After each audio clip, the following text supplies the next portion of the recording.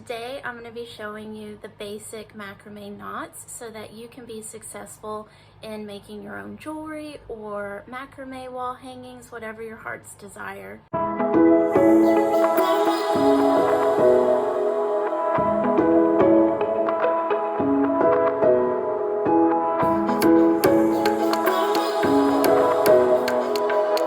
So this is actually dedicated to one of my subscribers who made a comment last week. Thank you so much, Susan. You brought to my attention that you would like a video on how to create basic knots with me talking and kind of guiding you through. So again, thank you so much, Susan, for pointing that out. If you have any comments or suggestions, please make sure you let me know. Just wanted to take a moment to say thank you to my 500 subscribers here on YouTube. I know that doesn't seem like a very big milestone, but for me it is absolutely huge, and I just want to say thank you so much. When I created this channel, it was just for pure joy and kind of like curiosity about the whole thing, and to have 500 people following me, it's just incredible. And I just really hope that my joy of jewelry making really shines through. A way to say thank you to my 500 subscribers here on YouTube, I'm actually doing a giveaway. Yay! So it's a pair of earrings and a matching bracelet. You have to head on over to my Instagram page. I'll link it down below. There you can sign up for this giveaway, and good luck. Alright, so one of the many reasons I love macrame is just the amount of limited supplies you need to get started, which I think as a jewelry artist is so exciting, because I know with a lot of other jewelry making, such as soldering or sheet metal, you really have to buy a lot of supplies. But with macrame, you just start with the basics. So this is a macrame board, and you'll also need some T-pins, a pair of scissors, macrame cord. One of my favorites is a waxed polyester, and this one is actually from LINHASITA. The first knot that I want to show you is called a slip knot. Do a slip knot, you take either ends and you loop it around your thumb like so, and then pull it through the loop and pull to tighten. And what makes it a slip knot is that you can pull it apart easily. So let's take that, let's do that again a little bit closer. So I'm at the end of the cord, I loop it around my thumb, and then I pull the thread through and pull to tighten. So then let's say I want to create one towards the other end. So again, I take the cord, wrap it around my thumb, pull it through like so, and then again, because I want it to be an anchor cord, I take a T-pin and I run it through the center of that knot. Okay, next we have the Larks head knot. So we just did the slip knot and attached the slip knot with the 2 T-pins. With a Larks head knot, you're going to take your piece of cord, fold it in half. That way you have a loop at the end. I always start by going from the top down, like so, pulling your cord over that loop, like so, and then taking a T-pin and pulling the cords through, and so you have a little knot at the top. So I'll do that one more time. You're taking the 2 ends of your cord, finding the middle, that's the middle loop. You're taking your loop and placing it underneath this anchor cord coming from the top down, pulling those cords over top of the loop, and then pulling them through, pulling to tighten,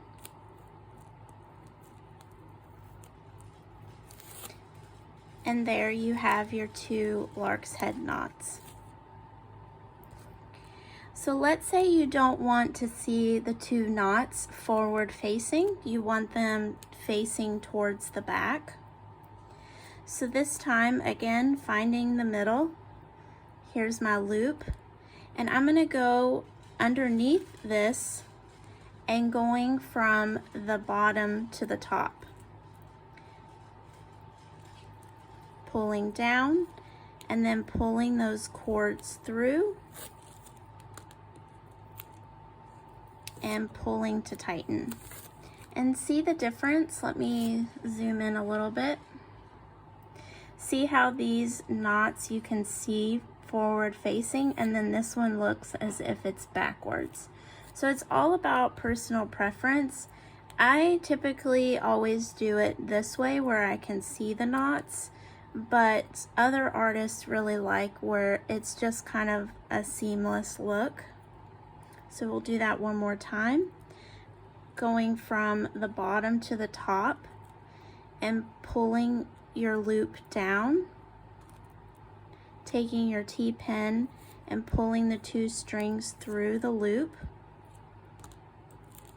and then pull to tighten.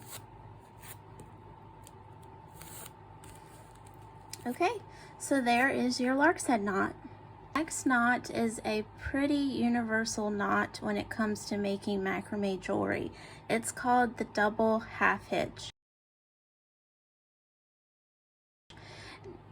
Just like it states, it's 2 knots that equals 1 knot. The first knot just kind of gets it going, and the second knot locks it into place. So you have multiple types of double half hitches. You can go what I call diagonal, or you can go horizontal, or you can go, the next one I'm going to show you is a vertical double half hitch. So let's start with a diagonal double half hitch. So I'm going to take this leftmost cord and place it diagonal.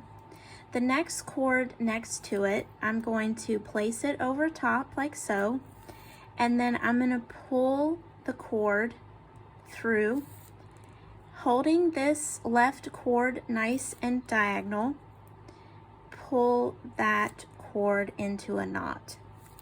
And again, you need to do 2. So you pull this cord over the left, pull it through as a loop, and keep this diagonal and pull this nice and tight. And you're going to do this with every string, just like so.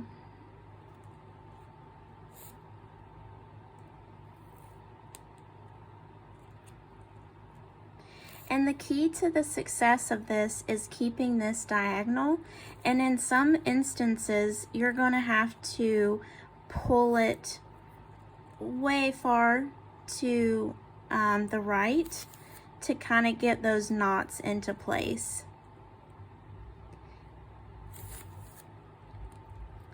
I'm going to keep doing it so you can see. And you always want your knots to be nice and tight and in a straight line. And in order to keep it in a straight line, you keep this in that diagonal shape.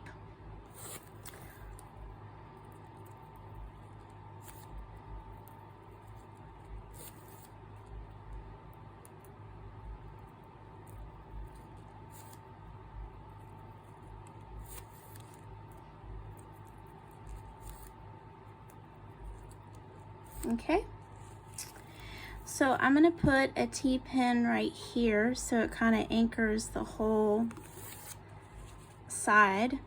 And I'm actually going, so that was a diagonal double half hitch. I'm going to teach you how to do a horizontal double half hitch. And again, it's all about where you place your cord. If I want to continue the diagonal, then I keep my cord at a diagonal line. If I want it to be horizontal, then you keep this cord horizontal. So because I want to do a horizontal, I am keeping this cord nice and tight at a 90-degree angle. And I'm placing that cord over top, pulling it through, and pulling nice and tight. Let me see if I can get in closer so you can see.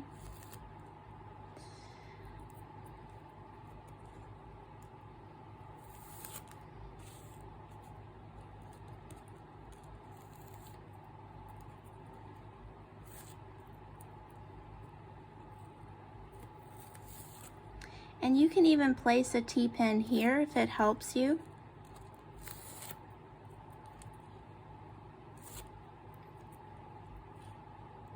Again, it's 2 knots per cord.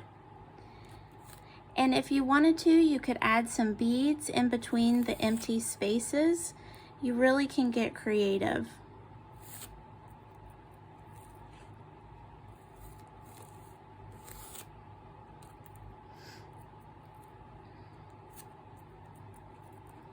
And again, in macrame, it's all about keeping your knots nice and tight.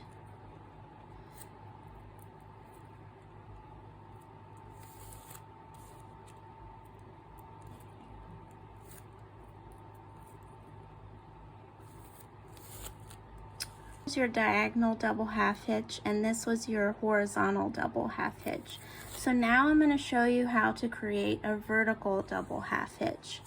So let me zoom out.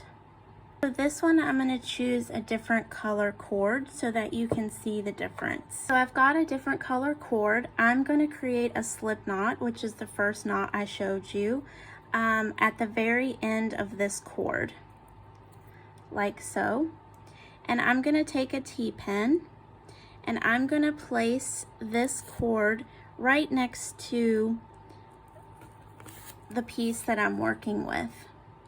Okay, so you're going to take the other different color cord, and you're going to place it underneath the next cord. And you're going to take that cord, place it over top, and pull it through the loop. And keeping this cord nice and tight, you're going to pull up and create that first knot. Again, placing that cord over top, pulling through, and pulling nice and tight. So as you can see, this knot is right underneath this line here. To start the next cord, you place it underneath, and you do 2 knots total.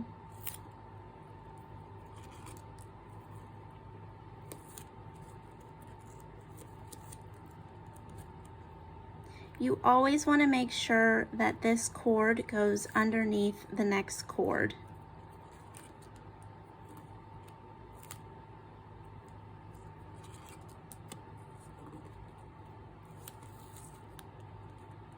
So there is our vertical double half hitches, and if you want to do another row, you would take this cord and go same process.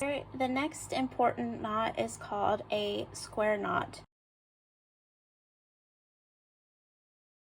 Here I have my slip knot with my T-pins and then an overhand knot. So now we're going to do a square knot. I typically always have a square knot with 4 cords.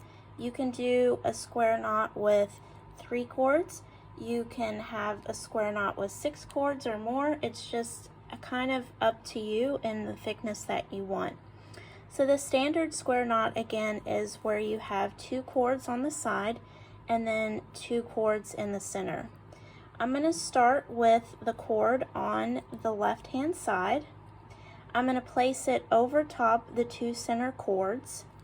Then I'm going to take my right cord, place it over top like so, and then pull it through the loop you've made on the left side, and then pull to tighten. We're not quite done yet, so we're going to do the same exact process but on the right hand side. So this time you're going to place the right hand cord over top of the 2 center cords. Then take your left cord, place it over top like so, and then pull it up through the loop here.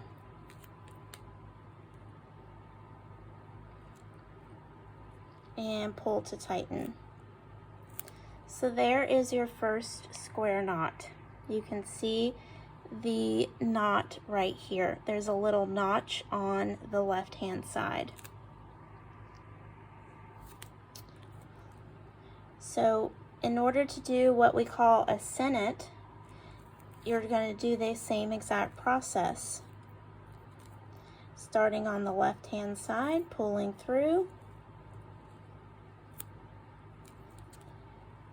and then the right hand side.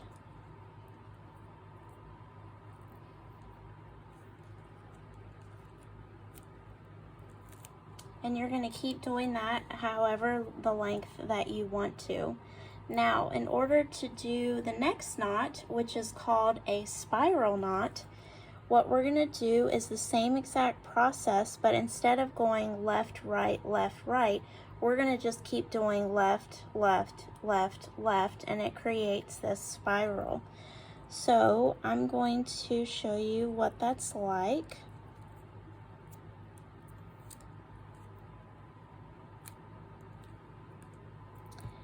You have to do it about 5 to 6 times in order to start to see the spiral happening.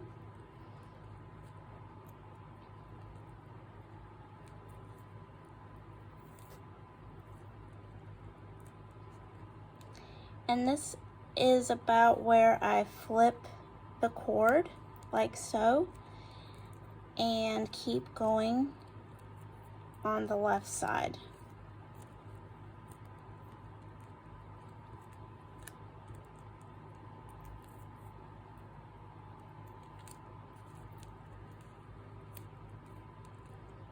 You can start to see the spiral. I will zoom in after this knot.